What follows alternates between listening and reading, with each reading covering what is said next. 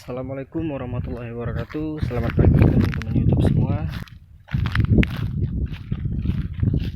Jadi di video kali ini kita bakalan review di mana tempat kita akan memasang perangkap burung ya teman-teman.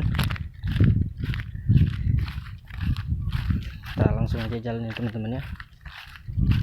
Jadi burung ini suka di pohon-pohon yang ada pohon-pohon hutan, kayak ada buah-buahnya gitu teman-teman, kayak pohon haru.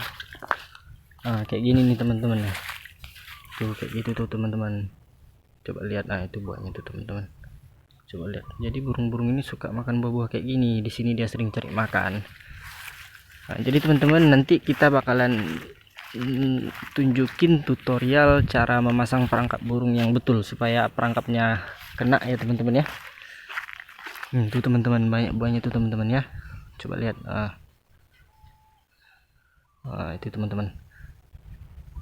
Tuh biasanya burung-burung sering cari makan sini sore sih.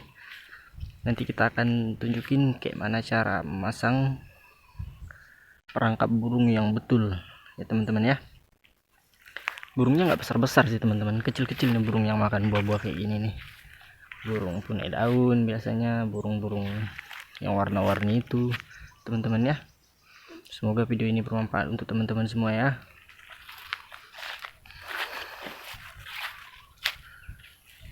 Oke teman-teman, segitu aja video dari saya dulu. Nanti pas masang perangkap burungnya akan kita tunjukkan tutorialnya teman-teman ya.